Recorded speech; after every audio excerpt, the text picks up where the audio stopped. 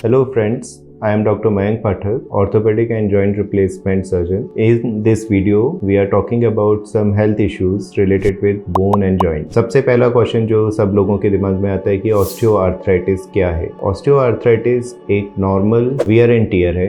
Wear and tear मतलब कि as के साथ चीजें जो डैमेज होती हैं उस प्रमोशन में रिपेयर नहीं हो पाती हैं। ये एक नॉर्मल फिनोमेना है।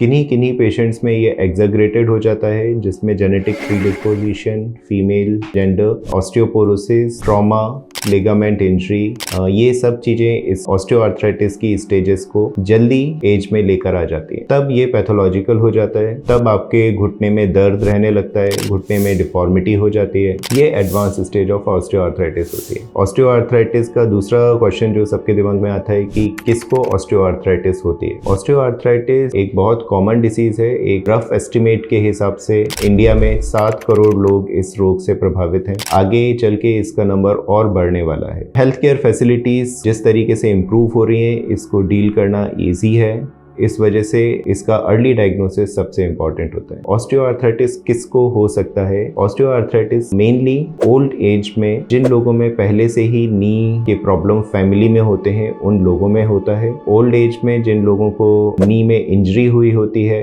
या फिर प्रीवियसली कोई सर्जरी हुई रहती है, उन लोगों में भी ऑस्टियोआर्थराइटिस के होने के चांसेस ज्यादा होते हैं। तीसरा क्वेश्चन आता है कि क्या मुझे ऑस्टियोआर्थराइटिस के लिए सर्जरी करवाना पड़ेगा? तो ऑस्टियोआर्थराइटिस की केवल और केवल एडवांस स्टेज जिसमें recovery of alignment is not possible, उन्हीं स्टेजेस में सर्जरी का जरूरत पड़ता है। हर रोग की तरह इसका भी जितना जल्दी से हम लोग डायग्नोसिस करते हैं, जितना जल्दी से हम इसका ट्रीटमेंट स्टार्ट करते हैं, उतना हम सर्जिकल ट्रीटमेंट से बचते चले जाते हैं। सर्जिकल ट्रीटमेंट में भी जो एक्सटेंसिव सर्जिकल ट्रीटमेंट है उसके पहले के भी काफी स्टेप आजकल अवेलेबल हैं, जिसके थ्रू एक्सटेंसिव सर्जिकल ट्रीटमेंट को डिले किया जा सकता है। फिर एक क्वेश्चन आता है सभी के दिमाग में कि ऑस्टियोआर्थराइटिस को क्या हम लोग रोक सकते हैं? ऑस्टियोआर्थराइटिस को डेफिनेटली रोका जा सकता है। सबसे पहला प्रमुख तरीका है ऑस्टियोआर्थराइटिस को रोकने का, वो है एक्टिविटी। अगर आपके मसल्स की एक्टिविटी अच्छी रहेगी, अगर आपके मसल्स हेल्दी होंगे तो जॉइंट पे प्रेशर कम हो जाता है, वियर एंड टियर के चांसेस कम हो जाते हैं।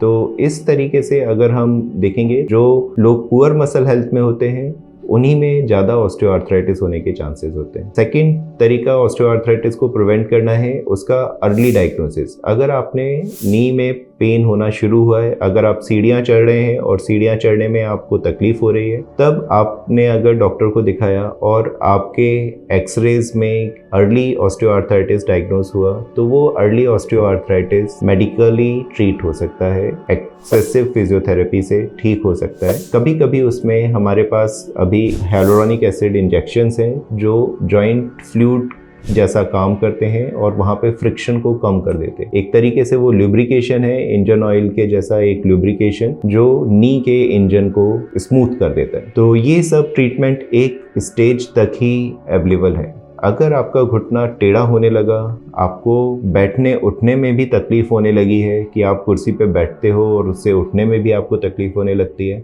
ये बहुत ही एडवांस स्टेज ऑफ आर्थराइटिस में कंसीडर होता है।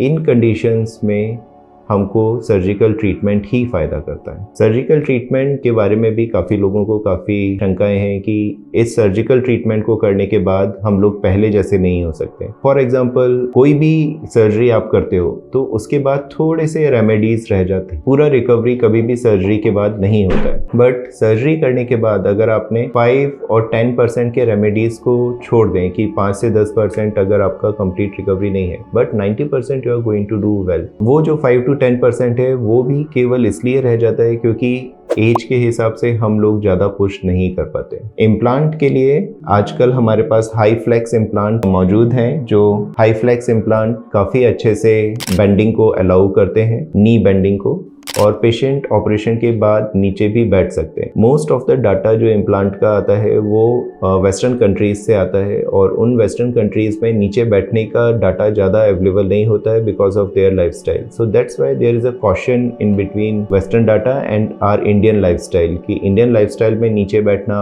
पाल्टी की पोजीशन में बैठना, ये सारी चीज़ें ज़्यादा होती हैं और उसका सफिशिएंट डाटा हमारे पास नहीं है कि हाँ ये वाली चीज़ों में ये चीज़ें सिक्योर रहेंगी या फिर लॉन्ग लास्टिंग रहेंगी। तो ये फैक्टर्स रहते हैं। आपका पूरा लाइफस्टाइल पहले जैसा नहीं होगा ऐसा नहीं है, बस लिमिटेशंस थोड़े से रहते हैं जो डॉक्टर आपको एक्सप्लेन करते हैं।